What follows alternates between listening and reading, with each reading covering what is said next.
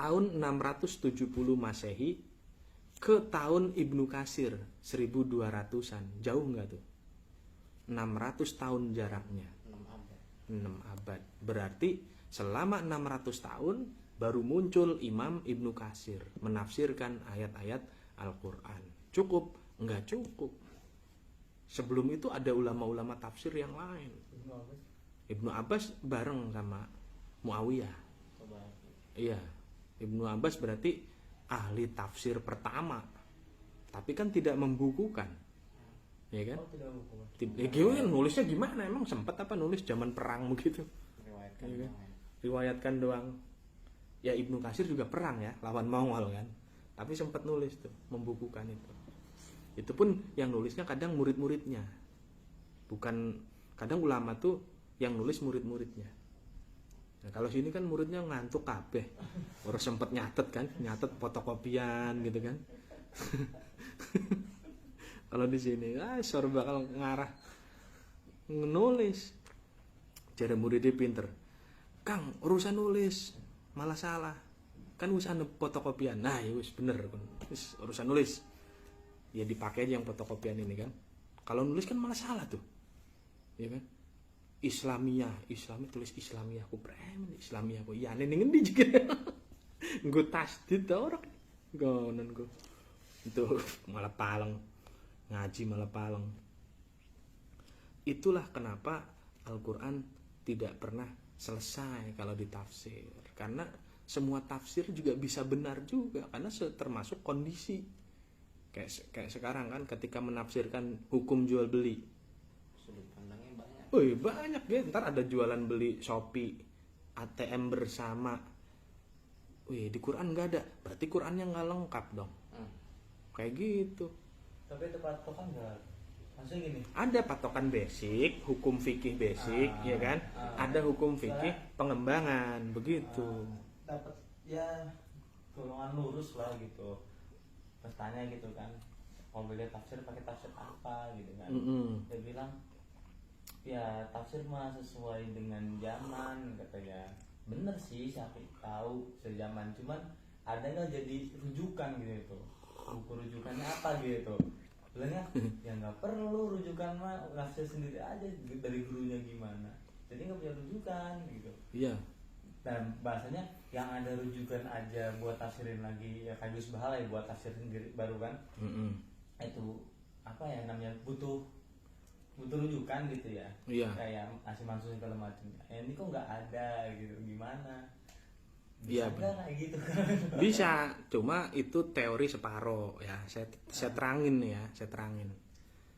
Bener sebenarnya yang tadi pertanyaan itu benar. Bahwa tafsir itu akan terus berkembang, bahkan gurunya ini bisa nafsir. Harus bisa. Guru itu harus bisa nafsir. Kalau dia ulama besar. Kalau ulama alim alama ya, harus bisa nafsir gitu. Paham ulumul Quran, dia ngerti muqaddimah tafsir Al-Quran. Kan sebelum tafsir muqaddimahnya aja nggak paham, gimana coba? Kan tafsirnya Ibnu Katsir, muqaddimahnya kan Syekhul Islam Ibnu Taimiyah tuh.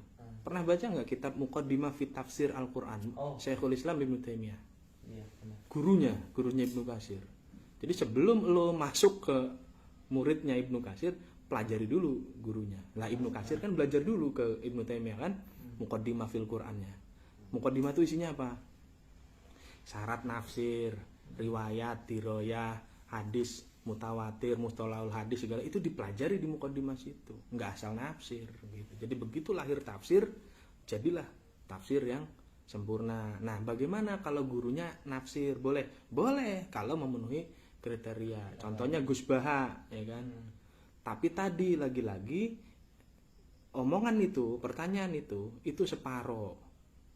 Jadi kalau saya mau jadi ahli tafsir, boleh nggak? Boleh. Kayak Quraish Shihab gitu ya. Ya, Quraish Shihab gitu. Tapi jangan lupa, ketika saya menafsirkan ayat-ayat Al-Quran, itu rantainya nggak putus sama penafsir yang dulu. Nggak bisa ngarang sendiri saya.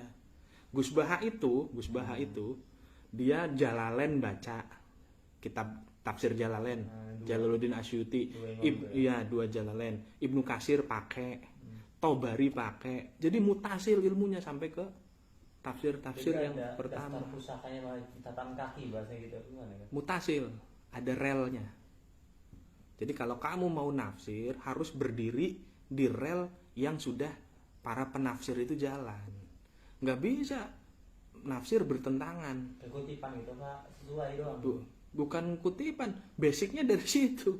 Intinya kayak pengembangan pandangan. Pengembangan pandangan yang nggak dibahas di situ, di sini ada. Contohnya tadi jual beli Shopee, emang ada di Tapi zaman nggak Rasul. bertentangan dengan Enggak lah, malah bahasa selaras. dulu, Iya. Selaras cuma beda bahasa gitu. Beda bahasa dan beda kondisi, beda kasus, ditafsir yang dulu nggak ada, itu baru bener. Tapi kalau ngarang, kayak saya nih ngarang nih, mau nafsir, oh ini maksudnya gini, taat ulil amri adalah saya, nah itu kan ngarang bener, iya nggak? Ngaco namanya itu. Boleh nggak? Boleh aja. Kalau saya tarik ke ulil amri adalah di sini hum. Ini tafsir ngaco nih, saya terangin ya. Gaya-gaya nafsir ngaco. Hum ulama wal umara. Berarti ulil amri adalah gabungan antara pemerintah dan ulama. Umaro kan yang memerintah, ya kan? Pemerintah lah kita gampangnya. Ulama kan yang ngajar. Lah saya kan ngajar. Berarti saya masuk ulama dong. Berarti kamu harus taat saya dong. Bikin kopi gitu. Ya itu mah ya, kalau disuruh bikin kopi ya nurut aja Mil gitu. Tapi kalau bilang saya ulil amri, entar dulu. Paham nggak? Kalau saya bilang Mil bikin kopi, ya udah sih bikinin aja. Kan guru, ya kan? Tapi kalau saya bilang saya adalah ulil amri, kamu harus taat saya. Kalau saya suruh masuk api, kamu harus nurut masuk api gitu. Nah, nggak bisa begitu. Lihat tafsir-tafsir yang lain. Contohnya adalah apa? Tafsir Munir.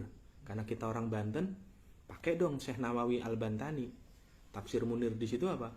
Hum adalah ulil amri yang dimaksud dalam ayat itu adalah syariah, qaid syariah, komandan perang. Jadi Syekh Nawawi Al-Bantani menafsirkan ayat ulil amri di situ adalah yang wajib ditaati adalah qaid syariah, komandan perang. Iyalah, komandan perang wajib ditaati loh. Kalau diperintah, yuk ekspansi ke sana, weh ntar aja, wajur ke pasukannya kabeh. Itu yang ekspansi. Sekarang yang defense bertahan.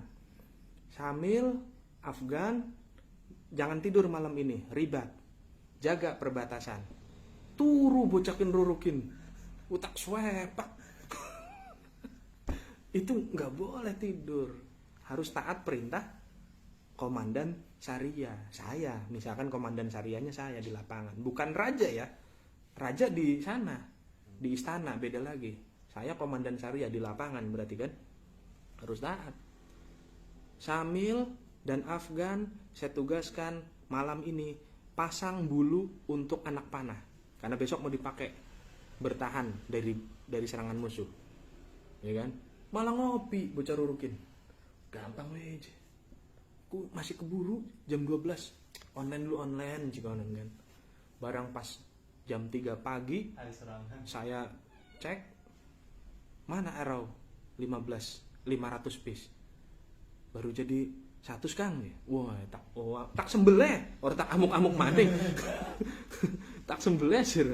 Kenapa saya sembelih 2 orang? Ya kan?